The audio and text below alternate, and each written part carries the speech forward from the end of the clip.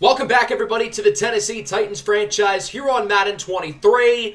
Today, we wrap up the regular season here in year number 3 as we face off against the Indianapolis Colts in our final game before the playoffs.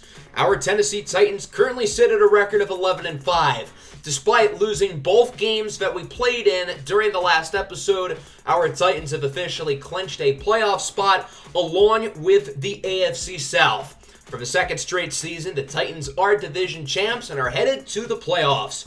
Also in today's episode, we have the prospect profile. We'll be going over the defensive backs in this year's draft class. This is the final position group that we have not yet covered. So after this, we will have fully revealed the entire draft class, excluding the underclassmen who have yet to declare. As I mentioned a moment ago, we lost both games we played in the last episode, 2 heartbreakers against New England and Minnesota, putting us at a record of 11-5 with 1 game left to go against the Colts, who are only a game behind us in the AFC South. Before we talk about the playoff implications of this game, I do want to go over our prospect profile and take a look at some of the defensive backs in this year's draft class. Obviously, our defense has not been great this year. However, I don't think it's at the fault of the secondary. I think our defensive backs have been our best players defensively other than Harold Landry. And I think these guys are the reason why our defense hasn't been totally dreadful.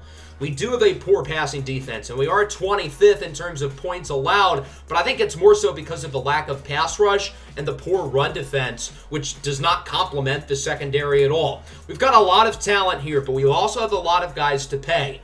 Kevin Byard and Chidobe Awuzie are both free agents at the end of the year. Juan Thornhill's a free agent next year, and eventually we're going to have to pay young guys like Caleb Farley and Cardell Simpson, and Roger McCreary as well is not going to be around forever. So although we have 6 really solid guys within that group, it would not hurt to add another defensive back early in this year's draft class, especially considering we have plenty of draft capital, 2 1s and 2 2s. Assuming we keep all 4 of these top picks, I would not be surprised to see one of them used on a defensive back. It's a really deep DB group, which I think works out well for us. The only surefire defensive back in this year's class is Jablay Scythe out of Iowa State. This kid is a complete stud. 6 foot, around 185 pounds. He's got long arms. He is very consistent in coverage, particularly in man. He's a really good athlete, and he's going to test well at the combine. And oh yeah, he's got better ball skills than any corner in this draft, with 6 interceptions in each of the last 2 seasons, including 3 in the Buffalo Wild Wings ball against Pitt. Now, Iowa State lost that game by 25, but not at the fault of Jablay Scythe, who checks all of the boxes at the cornerback position. And I think because of that, there's a real shot we look at this kid as a potential top 10 to 15 draft pick come April. And I do really think he is the best corner in this draft. But where you're really going to find value at this position is in the late first, early second round with 9 guys in that group. We'll start with Jeremiah Jones out of the University of Michigan, who finished in 3rd place for the Jim Thorpe Award as the best defensive back in the country. And the 2 guys ahead of him are not seniors. They are not in this draft class. So in terms of production this season, nobody has him beat. He is sticky in coverage, which is impressive with his 6'4" frame. Now, he is slim, only 176 pounds, but he makes up for that in toughness and strength. He's only a 1-year starter at Michigan, but he was obviously great this year. 5 interceptions. Again, very consistent, rock solid in coverage. I don't think he's quite as athletic as Jablay Scythe, the corner who we talked about earlier, but I do think he's going to test well at the combine, and being 6'4" means that he can match up with some of these other bigger and physical receivers. It would be nice to see him gain 10 to 15 pounds of strength, but even so, he is very physical considering some of the receivers he's played against in the Big Ten. I really like Jordan James as well from Oklahoma State, another guy with really good size, athleticism, and ball skills. He's 6'1", around 190 pounds. He had 7 interceptions this year and has 17 interceptions in his career, which leads all current active FBS players. You can put him in man, you can put him in zone, you can have him in the slot. He's versatile, reliable, and he's been good over a 3-year span with Oklahoma State. He is lightning fast, and again, he isn't necessarily an elite athlete, but he should test well in terms of the speed and agility drills at the combine. So I think this is a guy who could end up being the second corner off the board if all goes well during the pre-draft process. And I think for sure he should be a first rounder. Another small school guy I like is Moses Elise out of Louisiana Tech. He's been a very solid starter for the Bulldogs over the last 3 years. 6 foot, 185 pounds. He's got pretty good size. Again, pretty good athleticism.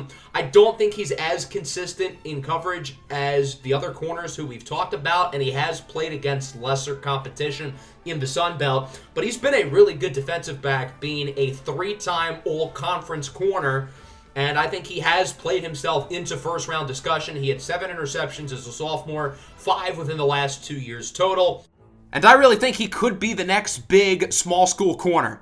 As we look down the board, you've got some other possible first-rounders with Kendall Johnson, Yambo Okpoko, who is 6'5", 255, Thazari Banks, Camden Timsley, Chide Amazu, Eric Lilly. Of this group, there are a couple guys I want to go over in specific, including Cam Tinsley out of Rutgers. 6'2", 200 pounds, only a 1-year starter for the Scarlet Knights, and obviously Rutgers was not very good this year, finishing with a record of 1-11. But despite that, it's not at the fault of Camden Tinsley, who's a really, really solid prospect. 6'2", 200 pounds. You can put him in man, you can put him in zone. He's got good speed, but he doesn't have elite quickness. I don't think he's going to test super well in the agility drills, and it would be better if he had elite change of direction, which he is far from. Other than that, I think he checks all the boxes. Steady in coverage, he's physical, he has pretty good ball skills with 4 interceptions this year, and I think he could be a really solid corner, probably in the early second round. In terms of production, not many corners in this group beat out Eric Lilly from Middle Tennessee State, who had a great season this year for the Blue Raiders, anchoring what was one of the best defenses in the country, largely because opposing quarterbacks really could not throw the ball to their number 1 receivers. Lilly has great size, great athleticism, he's good in press, solid in man, solid in zone, but it's the smartness of this kid that's really impressive. He's got phenomenal football IQ for his age, and I think that goes a long way at the cornerback position. He picked off 6 passes this year. He had the game-winning interception last year in the college football playoff quarterfinals against Oklahoma and projected first-round quarterback Romeo Colochi. And I think he's going to put on an absolute show at the combine. So even though he's currently the projected, I think, 9th or 10th corner off the board, I really wouldn't be surprised if he's one of the first 6 or 7 players taken at the position. Let's go down the board even more now, looking at some guys who are probably going to go on day 2 or maybe even later. And after this group of clustered possible first-rounders, it is still a deep group as you look into the day 2 projected players. And I think for a team like the Titans, who doesn't drastically need secondary, this might be where the value really is with guys like Young, McAdeer, Darwin, Glover, Johnston. Of this group, I really like Snoopy Darwin Jr. out of Stanford, a guy who's completely broken out onto the scene this year, seemingly out of nowhere. 6 foot, 176 pounds, so he is a little bit slim, but he's got great speed, great quickness, and he has shown drastic improvement throughout this season. Really good in zone coverage, solid in man as well. He picked off 4 passes this year and has pretty good ball skills. I'm curious to see what he weighs in at the combine. If he can get some extra pounds of strength, I think that would really help him out because he does have a very slender frame, and I'm a little bit worried that he won't be able to handle the physicality with some of the other receivers in the NFL if he doesn't add some weight. But other than that, I think Snoopy Darwin could be a great 2nd or 3rd round pick. Going down the board even more, we look at the day 3 guys, and I think of this group, Malachi McDaniel from Georgia is really the name to watch. He's been one of the best corners in college football this year. Having to play in the SEC, you're facing off against good quarterbacks and good receivers every week, and McDaniel has been shut down. However, he's had a hard time staying on the field because of his slender frame. 5'10", 162 pounds, and teams are concerned about his durability, especially considering he missed 8 games with an injury this year. He is fully healthy for the college football playoff, which is a big deal, and having him back healthy is going to be huge for Georgia's defense, but his weight is a real concern, and he's another player who I'm really curious to see what he weighs in at the combine, because I think that really could change his stock. The production over the last few years is all there, good ball skills, pretty good athleticism, although his change of direction skills for somebody who's 5'10" isn't really good.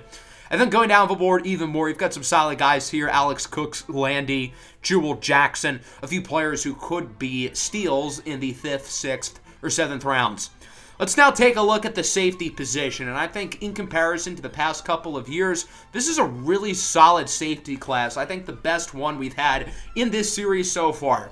We'll start at 3 safety with a couple possible first-rounders, including Sean Marshall out of UCLA. At 6'2" and over 200 pounds, I think Marshall's going to put on a show at the combine relative to his size and his production. This is a guy who you can put as your center fielder in zone coverage, but he's also really improved in run support as well, and I think that's really what has cemented himself as possibly the first safety off the board. This is a guy who you can really trust as your true cover safety with his athleticism and his range.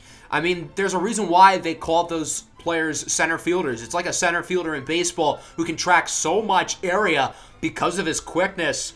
And again, with his size and physicality, he checks all the boxes at safety. And I think teams are really going to like him. Could be a candidate in the late first round for the Titans, especially if Kevin Byard is gone.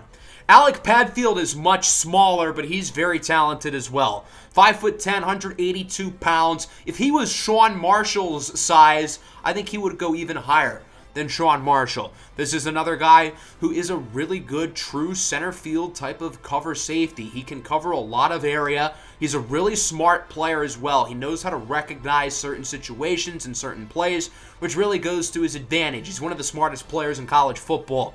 Good ball skills, really good athlete, another guy who I think can put on a show at the combine, but his size in comparison to Sean Marshall is why he's probably only going to be the second free safety off the board. But the talent is certainly there, and I think if he can gain some weight, he absolutely will be able to hold up against NFL players. As we go down the board, you've got some solid day 2 guys like Malachi Edwards, Jeremy Cox, Slater Newman, Gabriel Fanatelli, all really, really solid players. But as we go to day 3, I think Owen French from Tennessee could be a real gem. He's a little bit raw, but he showed drastic improvement this year as a senior, and his athleticism is phenomenal. This is another guy who is going to tear it up at the combine. 6'2", 207 pounds. He's got great launch speed, great quickness. He's just not consistent in coverage really at all, but he does have very good ball skills. He picked off 4 passes this year. He's got good hands. And I think the raw ability with him is there. He's had a role on the Tennessee defense since his true freshman season and is a guy who's very versatile. You can put him in the nickel, you can put him at free safety, you can put him at strong safety. And I think because he is still a little bit raw, particularly in coverage, you really can put him anywhere and try to develop him at corner or safety. I'd be willing to argue the group of strong safeties in this class might be even deeper than the 3 safeties. And again, if Tennessee lets Byard go or if they cut or trade Juan Thornhill, safety is certainly going to be a need. We'll start with Darren French, the other safety out of Clemson. He is more of your traditional, hard-nosed, physical, strong safety who makes plays in the run, but he's also very capable in coverage. 6'2", 228 pounds. I think he's a guy who can use at safety, but also at sub-linebacker with his tackling ability and his consistency in the run game. He's going to test really well for his size. He's very fast, very quick. These Clemson defensive backs, man, these guys are some athletes. And I think Darren French very well could be the top safety off the board ahead of guys like Sean Marshall and his teammate, Alec Padfield. Again, I think the value here in this class is with day 2 of guys like Ward and Daphne. We'll start with Amani Ward out of Georgia. Not quite as big as French. He's 6'1", 194 pounds, but I think he's a little bit better in coverage. This is a guy who makes plays on the ball and is a guy who I'm really excited to watch in the college football playoff coming up here against Oregon in the first round. He's solid in the run game, not as good as French, but still decent. But again, it's his coverage ability that I think is really exciting. He's a guy who can put at strong safety, free safety, maybe even in the nickel as well. He got a lot of nickel snaps during his sophomore and junior years. This year he's been more used as a traditional safety. I don't think he's going to test as well as a guy like Darren French or some of the other elite athletes at safety, but I think he's got a really high floor, and the production is very good. Vaughn Daphne out of Oregon is kind of the opposite in terms of skill set, but I do think he's an equally talented player to Amani Ward. 6 foot, 200 pounds. He's basically an undersized linebacker. Not great in coverage. You do not want him back there in a single high safety play, But this is a guy who knows how to be physical. You can put him in the slot. You can put him at sub linebacker. He's really good in the run game. He's just got to get more consistent in coverage, particularly zone coverage. I would argue he's a little bit better in man right now. So because of that, I think whoever drafts him is really going to try to use him as a nickel corner early on. You can also put him at sub linebacker, and hopefully he can develop a little bit to become a safety. So he's a little bit of a tweener. He doesn't really have a set position, but he's super versatile, and I think if he gets to a good defensive coordinator who knows how to use him, I think Daphne could be a really good player, probably in the late second, early third round. Even going down the board even more, guys like Bernardi, Carson, Williams-Neal, all very solid. But I really like Chance Water out of Northern Illinois, another small school guy. We saw a max safety get drafted into the top 10 last year with Athanase Gotharo out of Ball State, who was picked by the Raiders. And I think Chance Water could be another MAC defensive back who's not necessarily a top 10 pick, but maybe a top 100 pick. He's not an elite athlete, but this is a big, physical dude. Another guy who you really can use as like a sub linebacker because he's really good in the run game. He's not a phenomenal athlete. He's not going to test all that well, but don't get discouraged. He's a really smart and technically refined player, and I think the floor is really high. He was one of the best defensive players in the MAC this year, and I think teams are going to like his football character. Even going down the board even more, some interesting day 3 guys with guys like Jonah Neuberger, Otis Monterey from Wisconsin, a total freak, and then even Thibodeau de Entrant out of Syracuse. He plays linebacker, but with his 6'1", 215-pound frame, he's probably going to be more of a safety at the next level. So there you go. Those are all the defensive backs in this year's draft class, and I think it's a really talented group. I think it's a really talented draft class overall, and I'm very excited to see how some of these guys perform in the college football playoff in our NCAA Next Up Dynasty, which the first college football playoff episode should be up tomorrow or Thursday. I think especially if you look at the quarterback position and the top QBs in this draft class, pretty much all of these guys are playing in the college football playoff. 7 of the top 8 quarterbacks in here, minus Kareem Kamara from Arizona, are all in the playoffs. So it's going to be really exciting to see how all of these guys do and look to move their stocks up as we get to the offseason.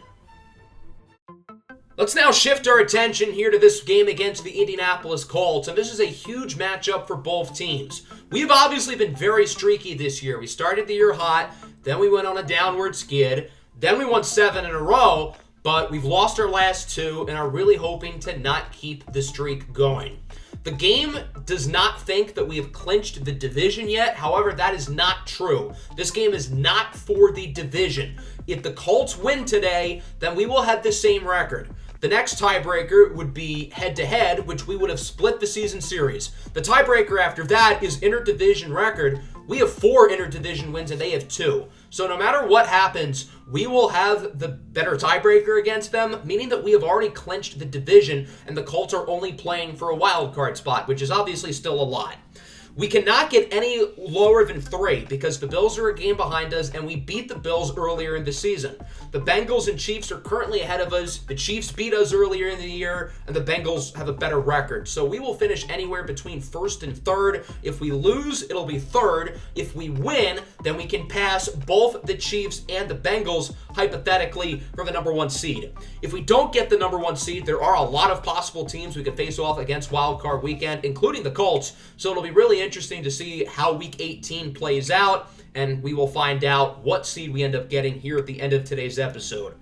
The Colts are a little bit different than we are. They've been very steady for most of the year. Steady as in mediocre, but they won 4 consecutive games during the middle of the season, but they have lost 2 of 3, including an overtime loss last week against the Jacksonville Jaguars. Again, this game is not for the division, but it is for a wild card spot, and if the Colts win, they are in the playoffs. They have 399 overall players, and they have rookie quarterback Bartholomew Blount, who has superstar X factor, and compared to the other rookie quarterbacks, he really lucked out with his development trait. Hutchinson only has star, Sanders only has star, Isaiah Gordon only has star, Sidney McDonald only has normal, and the other first rounder was DeAndre Smith, who has not had his development revealed, but hint, hint, it's a little bit better than star.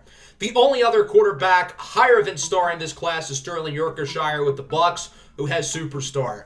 Obviously, it was a loaded quarterback class, and with this X-Factor development trait, it looks like Bartholomew Blount is going to be the best of the group long-term, which is obviously frightening. In terms of his rookie season, there have been some highs and some lows. 4,100 yards, 30 touchdowns, but he's also thrown 18 interceptions. Despite that, the Colts have been significantly better than they were a year ago, going from a top 5 draft pick to now in a win-and-in scenario. The Colts have plenty of playmakers led by Jonathan Taylor, Michael Pittman, DJ Chark. They've got a lot of guys for Blunt to throw the ball to. They've got a really good offensive line, and defensively they're solid as well, led by DeForest Buckner, Shaq Leonard, and a really good cornerback duo of Kenny Moore and Stephon Gilmore. So we've got our hands full here against the Indianapolis Colts, who again are competing for a playoff spot. If they win, they are 100% in, and if they lose, then they're probably out. So the stakes are really high for Indianapolis, but the stakes are very high for us as well. We would love to get as high of a seed as possible, ideally the number 1 seed, and the only way we can do that is with a win. Here's a look at the playoff picture. Again, we have already clinched our division. The game is wrong. We are only competing for seeding. On 3rd and 8, Willis launches a dart into the hands of Scotty Pickens, who gains 17. Pickens is really playing his best football here towards the end of the year and has turned it on down the stretch for the Titans. On 2nd and 1, Derrick Henry coughs up the ball, and it's picked up by the Colts. Bobby Okereke with the fumble recovery, and the Titans turn it over early. We'll have to take a look to see if he was down, and I think it was pretty close, but I think that ball was out before Derrick Henry touched the ground, and therefore it is a fumble, and the Colts get the ball with really good field position off the turnover. 3rd and 5, Blunt looks to throw it under some pressure. He will go short, and it is caught for a gain of 4 by DJ Chark. So that'll bring out the field goal team. 50-yard try here for Indianapolis. Certainly not a gimme, and this kick is no good. Wide to the right, and the Titans will get the ball back unharmed. So the defense makes a stand, and we'll see if the offense can respond as they're moving it well down the field. They've got it at the 25. Willis goes for the RPO, and that's a fumble as well. The throw was behind the line of scrimmage, but luckily it went out of bounds, and the Titans dodged a real bullet. Later on the possession, 3rd and 13, Willis under pressure, and he is sacked. The veteran Robert Quinn still getting it done as he gets the sack, and the Titans are going to have to bring the field goal team out. Robert Quinn is about 5 years away from being able to order off of the senior citizens menu at Denny's, but he can still get to the quarterback. Fat Randy drills the field goal, and the Titans are on the board as they lead 3-0. The Colts get it back with about 2 minutes left in the first quarter here from the 40 as it's a handoff for Jonathan Taylor. Breaking tackles. Look at him go. Jonathan Taylor is so good. He's dynamic. He's explosive. He's tough. He's physical. He does everything you look for at the running back position. Back to Jonathan Taylor on the next play. He goes up the middle and brings it to the 14-yard line. The Titans' run defense, as we know, is not good, and they don't look good early in this first quarter. 3-0, your score through 1. The Titans have the lead, but it might not be for long, as the Colts have it at the 5. First play of the second quarter, they do score the touchdown and are on top. Raphael Cunningham, the rookie tight end out of the University of Cincinnati, puts the Colts ahead 7-3. That'll bring back the Titans offense, 3rd and 9. Willis under a lot of pressure, has to get rid of it quickly. Goes downfield, and it's caught by Pickens, who gets 31. What a play by Malik Willis under a lot of pressure. He was probably about to throw it away, but he figured, let me take a little bit more time to see if somebody gets open. And sure enough, Scotty Pickens gets some room and makes a play. We'll see if the Titans can punch it in here on 3rd and goal as it's a handoff for King Henry, and he powers his way in for a touchdown. The King has entered his castle, and the Titans lead it 10-7. Good drive from the offense. We'll see if the Colts can respond. 2nd and 11. Here's Blunt, the rookie out of Michigan. Connects with Jonathan Taylor, who gets a gain of about 17. Bartholomew Blunt has looked really good so far, continuing to show an impact as a winner. 1st and goal. 2-minute warning. Blunt in the zone. Goes back to Taylor, who is hit hard in the end zone for a touchdown. And the Colts are back ahead 14-10. We'll see if the Titans can take the lead here before halftime. They have 2 timeouts, so there's no excuse for them not to. As Willis on 1st down connects with the rookie Elijah Bryant off the halfback wheel. He gets 15. Titans run no huddle. Following play. Willis goes downfield. It's caught by Traylon Burks, who gets it to the 34 as the starting left tackle Andrew Thomas is hurt on the play. and the Titans have to use an injury timeout. Now they are out of timeouts from the 14. Short pass is caught by Pickens, who gets it to the 1. Titans got to go quickly. Under 10 seconds to go now. And Willis goes short for Pickens for the touchdown. Big-time drive from Malik Willis and the offense as the Titans take the lead with 10 seconds left on the clock. 17-14, and that'll bring us to the end of the first half. Both offenses really started off slowly, but they picked it up in the second quarter with 2 touchdowns apiece. Let's see if the Titans can keep it going here in the second half and officially get their 12th win on the year. Let's take a look at our halftime report. We'll start in South Beach between the Texans and the Dolphins. This game doesn't really have much playoff implications, but it is worth noting that the Houston Texans could have themselves a win streak if they can hold on. They currently lead 16-14 with this late rushing touchdown by rookie quarterback Kane Sanders. Obviously, it's been a rough year for the Texans. They clinched the number 1 pick a few weeks ago, but they won last week, and they might win again. We'll see if they can do it. Next up in Philadelphia, the Ravens face off against the Eagles. The Ravens still have a shot to make the playoffs, but it is a long shot, and they haven't exactly helped their chances today. This touchdown by rookie running back Brody Kluby has the Eagles ahead here late in the first half, 17-7. Masaru Ali, the former Heisman-winning quarterback, has slightly outdueled another former Heisman Trophy winner in Lamar Jackson. And finally, the Jaguars head to the Windy City to face off against the Chicago Bears, and currently Jacksonville leads 14-7 with this touchdown by Trevor Lawrence as he defies physics at the end of the play by launching the ball backwards, reportedly yelling, "Damn you, Isaac Newton," as he walked into the end zone for the touchdown. The Jaguars are 9-7. They're not currently in the AFC playoff picture, but with a win, they could pass some of the other 10-win teams like Indianapolis. The Colts are really rooting for Jacksonville to lose this game, especially considering that the Jaguars had the head-to-head tiebreaker over the Colts. As we go into the second half, we need to run the ball better. Malik Willis has been good, but we are not running it well. Then defensively, the short passing game is really killing us. The Colts have got nothing going from beyond 10 or 15 yards downfield or farther, but they have been great in the short game, which is kind of what Blunt's weaknesses were at Michigan. He was not great in the short game, which is kind of ironic as he fumbles the ball. Azeez Ojulari with the strip sack. Luckily for the Colts, they do pick it up. A massive break for Indianapolis. Harold Landry was within the contact as well, and thus he is now in the zone. As on 3rd and 20, short pass from Blunt is caught by Jonathan Taylor, who makes a nice play after the catch, but he only gains 10, and that'll wrap up the drive. Another short pass, Blunt 15 of 17, but he only has 118 yards. So the Titans have it back. Willis on 3rd and 11 connects with his tight end, Jonnu Smith, who gains 20. The Titans are getting pretty close here to the end zone as they look to make it a 2-possession ball game. 2nd and 10, now at the 12. Scotty Pickens is in the zone, for what it's worth, after his big first half, as the rookie Elijah Bryant makes a nice cut, just shy of the end zone, wrapped up with a 1. We'll see if the Titans can punch it in here on 1st and goal as they look to make it a 2-score lead, and that they would do. Derrick Henry fights his way forward for his 2nd touchdown of the game, and King Henry fantasy owners must be pleased because they are probably winning their fantasy championships now that Derrick Henry has scored twice. Colts have it back late in the 3rd quarter on 3rd and 11. Blunt under pressure sends it deep and it is picked off. Kevin Byard, the all-pro safety, with his 4th interception of the year, and he gets a big return after the fact to the 27, which is where the original line of scrimmage was. A big-time turnover by Byard, and there's the rookie mistakes coming out from Blunt. 24-14, going into the 4th, Tennessee holds the lead. As long as they can finish this game off strong, they can guarantee themselves the top 3 seed, possibly even higher. On 2nd and 8, here's Elijah Bryant with a nice over-the-shoulders catch, bringing it to the 35. Willis has been really efficient today, 21 of 26. That's over 80% of his passes completed.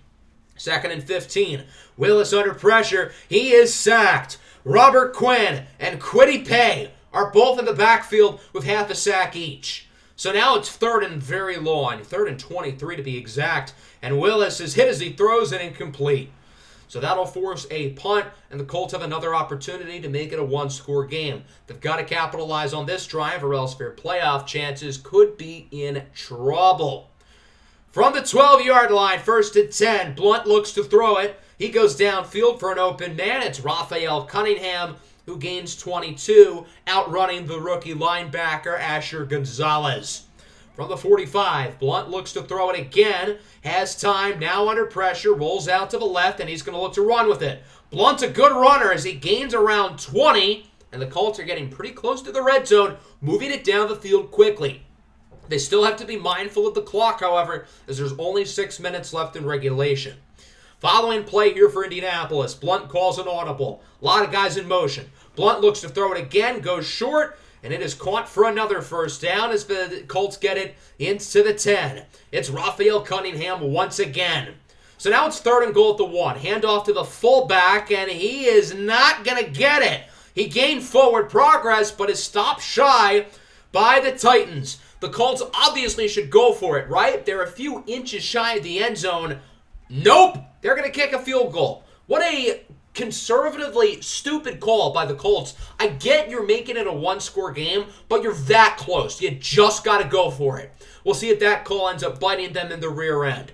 The Titans have it back. 3rd and 2. Handoff for Derrick Henry as he gets the first down. The Titans are really going to be leaning on their running backs here, particularly Derrick Henry, as they look to chew clock and finish off the ball game. 2nd and 5, past the 2-minute warning. Here's Derrick Henry in the zone with another big first down run. Stiff arms the defender, and with that, I think this game is over. The Titans would chew clock for another 2 minutes, and they would win it 24-17, your final. The Titans finished 12 and 5, officially clinched the division, if they have not already, which, again, I think they have, but that's neither here nor there. And thus, the Titans will automatically get a top 3 seed in the AFC. That could be as high as 1, depending on what happens with the Chiefs and the Bengals. Overall, a pretty strong win here. It wasn't perfect, but beating a playoff caliber team in what basically was a playoff game for them is a good way to end the regular season. I thought both quarterbacks were really efficient. Malik Willis completed 75% of his passes. Not as many big-time throws as normal, but he also didn't make many mistakes. As for Blunt, I thought he was pretty solid. I think this kid is a winner, and we've seen how important he was to Michigan. The Wolverines made the college football playoff the last 2 years with him, and this year they finished under 500, which really shows his impact to that program. And now we've seen him completely revitalize the culture of the Indianapolis Colts. Both teams ran the ball pretty well, although we were not the most efficient on the ground until the end of the game, where Derrick Henry sealed the deal. Jonathan Taylor and Scotty Pickett led their teams in receiving. Elijah Bryant also making a big impact in the air. And then defensively, I think this game really showed how strong our secondary is. Our run defense was not great. Our pass rush was not great. But we still only allowed 17 points, and we're really good on that side of the ball because of the secondary. I liked what I saw from Azeez Ojulari. I think he's really heating up at the right time. And Randy Bullock finishes another year making all of his kicks. So let's simulate the week now, taking a look at some of the scores around the league. Unfortunately, both the Bengals and the Chiefs won, meaning that we are officially the 3 seed in the AFC.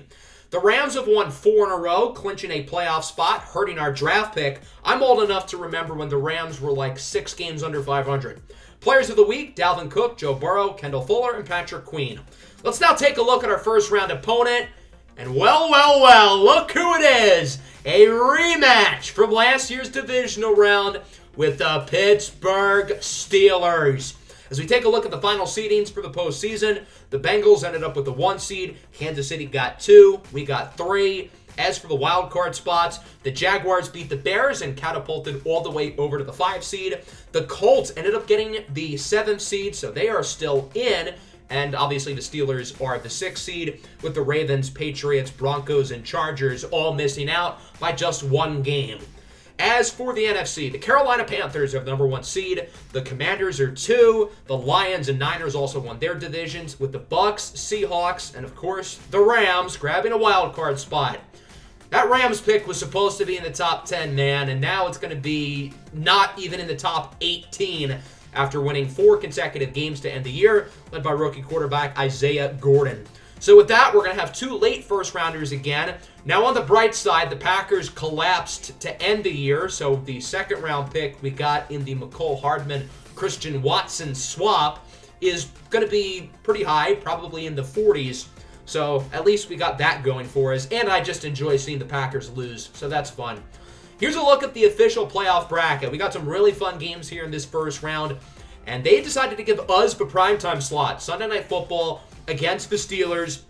This is not the Steelers teams of old. You think we score a lot of points. The Steelers have scored more and allowed more points than us, which is crazy because I think our team is significantly stronger on the offensive side of the ball. The Steelers usually identify themselves by building a strong defense, but this team is about offense. Obviously, we've got some big-time storylines with the Steelers. They beat us last year in the playoffs, and to be honest, the Steelers own us. They beat us last year in the regular season in a monsoon.